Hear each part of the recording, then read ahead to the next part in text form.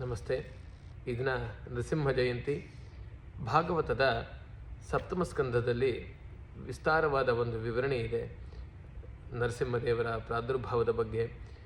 ಪ್ರಹ್ಲಾದನು ಅನೇಕವಾದ ವಿಶೇಷಣಗಳಿಂದ ಮತ್ತು ಭಗವಂತನ ಕೀರ್ತನೆ ಮಾಡಿದಾಗ ಹಿರಣ್ಯಕಶಿಪುಗೆ ಕೋಪ ಬರುತ್ತೆ. ಆವಾಗ ಅವನು ಹೇಳ್ತಾನೆ, ವ್ಯಕ್ತುಂ ತ್ವಂ ಮರ್ತು ಕಾಮೋಸಿ ಯೋತಿ ಮಾತ್ರಂ ವಿಕಥಸೆ ಮುಮುರ್ಷೂಣಾನ್ ಹಿ ಮಂದಾತ್ಮನ್ ನನು ಸುವಿಕ್ಲಪಾಂ ಗಿರಃ ಯಸ್ತ್ವಯಾ ಮಂದಭಾಗ್ಯೋಕ್ತೋ ಮದನ್ಯೋ ಜಗದೀಶ್ವರಃ ಕ್ವಾಸೋ ಯದಿತ ಸರ್ವತ್ರ ಅಕಸ್ಮಾತ್ ಸ್ತಂಭೇನ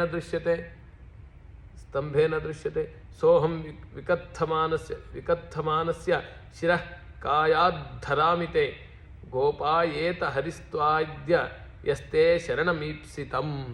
ಎಲ್ಲಿ ಕಂಬದಲ್ಲಿ ಕಾಣಿಸ್ತಾನೆ ಇಲ್ವಲ್ಲ, ಎಲ್ಲ ಒಳಗೆ ಬಚ್ಚಿಟ್ಕೊಂಡಿದ್ದಾನ, ಅವನನ್ನು ಭೇದಿಸ್ತೀನಿ ಅಂತ ಹೇಳಿ ಹಿರಣ್ಯಕಶಿಪು ಆ ಸ್ತಂಭಕ್ಕೆ ಹೊಡಿತಾನೆ ಅಂತ ಹೇಳ್ತಾರೆ. ಆವಾಗ ಇದೇ ನರಸಿಂಹದೇವರ ಉದ್ಭವ ಆಗುತ್ತೆ.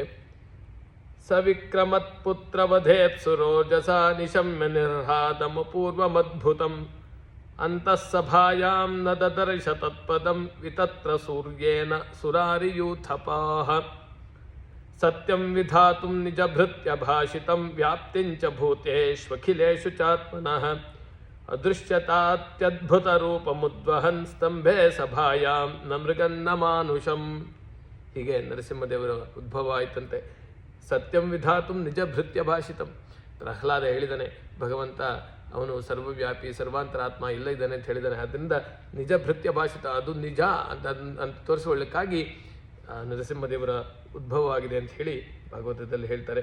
ಸಸತ್ವಮೇನಂ ಪರಿತೋಪಿ ಪಶ್ಯನ್ ಸ್ತಂಭಸ್ಯ ಮಧ್ಯಾತನು ನಿರ್ಜಹಾನಂ ನಾಯಂ ಮೃಗೋ ನಾಪಿ ನರೋ ವಿಚಿತ್ರಂ ಅಹೋ ಕಿಮೇತನ್ ಮೃಗೇಂದ್ರ ರೂಪಂ ಮೀಮಾಂಸಮಾನಸ್ಯ ಸಮುತ್ಥಿತೋಗ್ರತೋ ನೃಸಿಂಹರೂಪಸ್ತದಲಂ ಭಯಾನಕಂ ಪ್ರತಪ್ತ ಚಾಮೀಕರ ಚಂಡಲೋಚನಂ ಸ್ಫುರಾತ್ ತಟಾಕೇಸರ ಜೃಂಭಿತಾನನಂ ಕರಾಲದಂಶ್ರಂ ಕರವಾಲ ಚಂಚಲಕ್ಷುರಾಂತ ಜಿಹ್ವಂ ಭೃಕುಟೀಮುಖೋಲ್ಬಣಂ ಸ್ತಂಭೋಧ್ವಕರ್ಣಂ ಗಿರಿಕಂದರಾದ್ಭುತ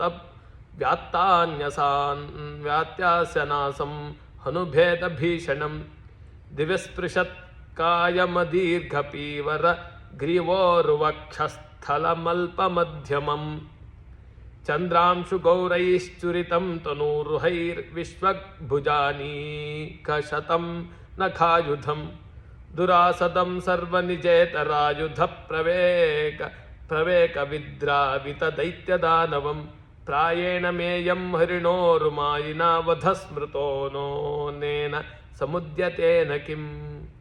ಹೀಗೆ ನರಸಿಂಹದೇವರ ವರ್ಣನೆ ಇದೆ. ಸುಮಾರು 20ಕ್ಕೂ ಹೆಚ್ಚು ಶ್ಲೋಕಗಳಲ್ಲಿ ವರ್ಣನೆ. ಇದಾದ ನಂತರ ಇದನ್ನು ಆ ನರಸಿಂಹದೇವರ ರೂಪ ನೋಡಲು ಉಳಿದ ದೇವತೆಗಳೆಲ್ಲರೂ ಬರ್ತಾರಂತೆ. ಬರೋದಲ್ಲದೆ ಅಷ್ಟೇ ಬ್ರಹ್ಮ ರುದ್ರ ಎಲ್ಲ ದೇವತೆಗಳು ಕೂಡ ನರಸಿಂಹದೇವರ ಸ್ತೋತ್ರ ಮಾಡ್ತಾರೆ. ಇದಾದ ನಂತರ ಅಂದರೆ ಹಿರಣ್ಯಕಶಿಪುವಿನ ಸಂಹಾರ ಆದ ನಂತರ ಗಂಧರ್ವ, ಯಕ್ಷ, ಕಿಂಪುರುಷ, ವೈತಾಲಿಕ ಅವರಷ್ಟಲ್ಲದೆ ನಂತರ ಪ್ರಹ್ಲಾದನು ಕೂಡ ನರಸಿಂಹದೇವರ ಸ್ತುತಿ ಮಾಡಿದ್ದು ಭಾಗವತದ ಸಪ್ತಮ ಸ್ಕಂದದಲ್ಲಿದೆ. ಇಂದು ಎಲ್ಲರಿಗೂ ನರಸಿಂಹ ಜಯಂತಿಯ ಶುಭಾಶಯಗಳು. ನಮಸ್ತೆ.